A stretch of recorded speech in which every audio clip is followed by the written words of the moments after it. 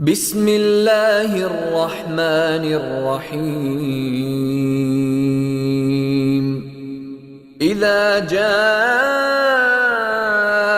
نصر الله والفتح ورأيت الناس يدخلون في دين الله أفواجا فسبح بحمد ربك واستغفره إنه كان توابا পরম করুণাময় ও অসীম দয়ালু আল্লাহর নামে শুরু।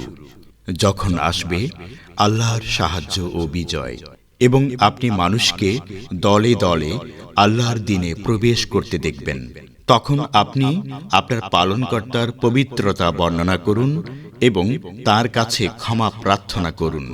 নিশ্চয়ই তিনি ক্ষমাকারী।